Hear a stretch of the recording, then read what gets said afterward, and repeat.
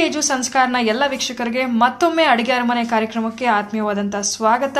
ಇವತ್ತು ನಾವೊಂದು ವಿಶೇಷವಾಗಿರೋ ಅಡುಗೆ ಮಾಡಬೇಕು ಅಂತ ಯೋಚನೆ ಮಾಡ್ತಾ ಇದ್ದೀವಿ. ಹಾಗಾದ್ರೆ ಏನು ಮಾಡ್ತಿದ್ದೀವಿ ಅಂತ ನಂಗಂತೂ ಗೊತ್ತಿಲ್ಲ. ನಮ್ಮತ್ತೆ ಸೌಭಾಗ್ಯ ಅವ್ರು ಮಾಡ್ತೀನಿ ಅಂತ ಹೇಳ್ತಿದ್ದಾರೆ. ಹಾಗಾದ್ರೆ ಅವ್ರನ್ನೇ ಕೇಳೋಣ ಅಲ್ವಾ ಏನು ಮಾಡ್ತೀರಿ ಅಂತ. ನಮಸ್ಕಾರ. ನಮಸ್ಕಾರ ಪ್ರಿಯ ವೀಕ್ಷಕರೇ, ನಮಸ್ಕಾರ. ನಾನಿವತ್ತು ಉತ್ತರ ಕರ್ನಾಟಕದ ಶೈಲಿ ಉಪ್ಪಿಟ್ಟು, ಮಂಡಕ್ಕಿ ಉಪ್ಪಿಟ್ಟನ್ನು ಮಾಡಬೇಕು ಅನ್ಕೊಂಡಿದ್ದೀನಿ. ಅದಕ್ಕೆ ಬೇಕಾಗಿರೋ ಪದಾರ್ಥಗಳು ಹೀಗಿದೆ: ಎಣ್ಣೆ,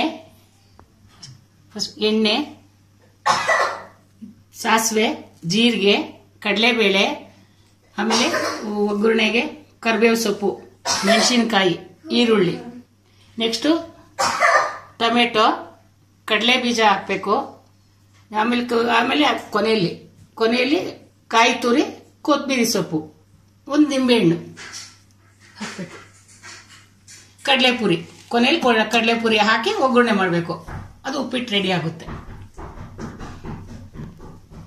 ಒಂದು 2 ನಿಮಿಷದವರೆಗೂ ನೆನೆಸಿ ಚೆನ್ನಾಗಿ ನೆನಿಬೇಕು. ಮೆತ್ತಗಾದ ನಂತರ ಒಂದು ಬಾಕ್ಸ್ ತಗೊಂಡು ಎತ್ತಾಕೊಳ್ಬೇಕು. ಆಮೇಲೆ ಒಗ್ಗರಣೆ ಮಾಡಬೇಕು. ಸರಿನಾ? ಈಗ ಒಗ್ಗರಣೆ ಹಾಕೊಳ್ಳುವ ವೀಕ್ಷಕರೇ, ಮೊದಲಿಗೆ ಎಣ್ಣೆ ಹಾಕ್ಕೊಳ್ತಾ ಇದ್ದೀನಿ. ನೆಕ್ಸ್ಟ್ ಎಣ್ಣೆ ಕಾದ ನಂತರ ಸಾಸಿವೆ ಹಾಕ್ಕೊಳ್ತಾ ಇದ್ದೀನಿ. ನೆಕ್ಸ್ಟ್ ಜೀರಿಗೆ,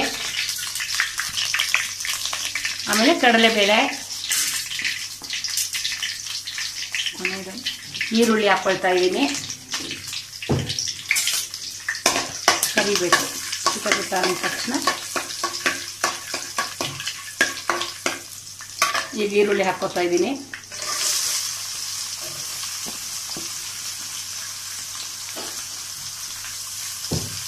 ಇದು ಸ್ವಲ್ಪ ಕೆಂಪಾಗೋವರೆಗೂ ಹುರಿದು ಆಮೇಲೆ ಹಸಿಮೆಣಸಿನಕಾಯಿನ ಹಾಕೋಬೇಕು.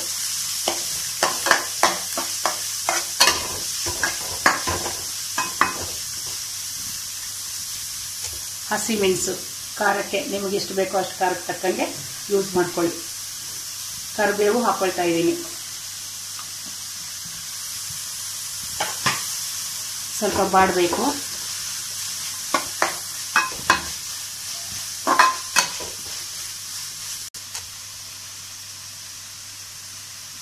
ಈರುಳ್ಳಿ ಮೆಣಸಿನ್ಕಾಯಿ ಬಾಡಿದ ನಂತರ ಇದು ಟೊಮೆಟೊ ಹಾಕೊಳ್ತಾ ಇದ್ದೀನಿ. ಅದು ಸ್ವಲ್ಪ ಬೇಯಬೇಕು. ಬೇಯೋದಕ್ಕೆ ಉಪ್ಪು ಹಾಕ್ಕೊಳ್ತಾ ಇದ್ದೀನಿ. ಸ್ವಲ್ಪ ಬೇಗ ಬೇಯುತ್ತೆ ಅಂತ ಹೇಳಿ ಅರಿಶಿನನೂ ಹಾಕ್ಕೊಳ್ತಾ ಇದ್ದೀನಿ.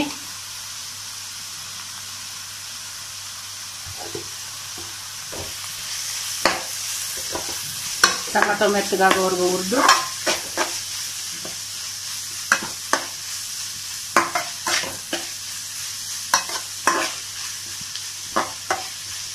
ವೀಕ್ಷಕರೇ, ಪುನರ್ವಿ ಯೇಜು ಸಂಸ್ಕಾರಕ್ಕೆ ಸಬ್ಸ್ಕ್ರೈಬ್ ಮಾಡ್ಕೊಳ್ಳಿ. ಹಾಗೆ ಬೆಲ್ ಐಕಾನ್ ಅನ್ನು ಪ್ರೆಸ್ ಮಾಡಿ. ನಿಮಗೆ ಇನ್ನಷ್ಟು ಹೆಚ್ಚಿನ ರುಚಿಯಾದ ಸವಿಯಾದ ಅಡಿಗೆಯ ಕಾರ್ಯಕ್ರಮಗಳನ್ನ ನೋಡ್ಬೇಕಂತ ಹೇಳಿದ್ರೆ ಪುನರ್ವಿ ಯೇಜು ಸಂಸ್ಕಾರನ ಯೂಟ್ಯೂಬ್ ಚಾನಲ್ಗೆ ದಯವಿಟ್ಟು ಸಬ್ಸ್ಕ್ರೈಬ್ ಆಗೋದನ್ನ ಮರಿಬೇಡಿ.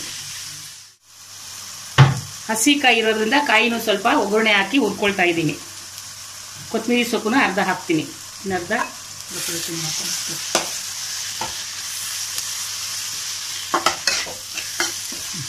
ಈಗ ಕಡಲೆಪುರಿ ಹಾಕ್ತಾ ಇದ್ದೀನಿ.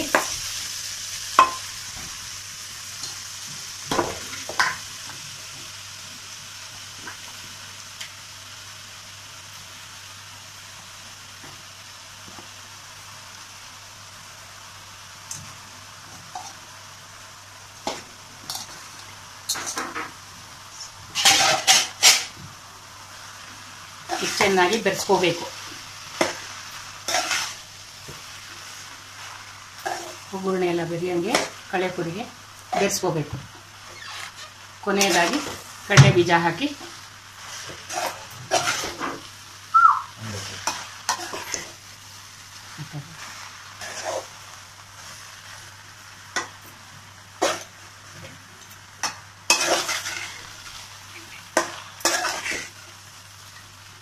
ಈಗ ಕಡಲೆ ಬೀಜ ಹಾಕ್ಕೊಳ್ತಾ ಇದ್ದೀನಿ.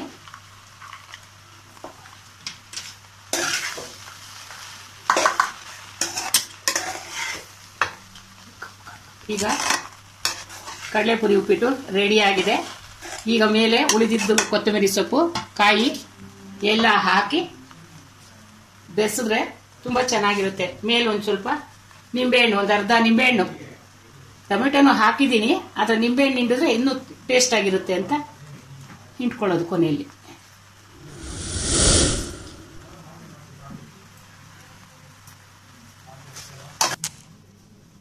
ಈಗ ಕಡಲೆಪುರಿ ಉಪ್ಪಿಟ್ಟು, ಉತ್ತರ ಕರ್ನಾಟಕದ ಕಡಲೆಪುರಿ ಉಪ್ಪಿಟ್ಟು ರೆಡಿಯಾಗಿದೆ. ನೀವು ಮಾಡಿ ಟೇಸ್ಟ್ ಮಾಡಿ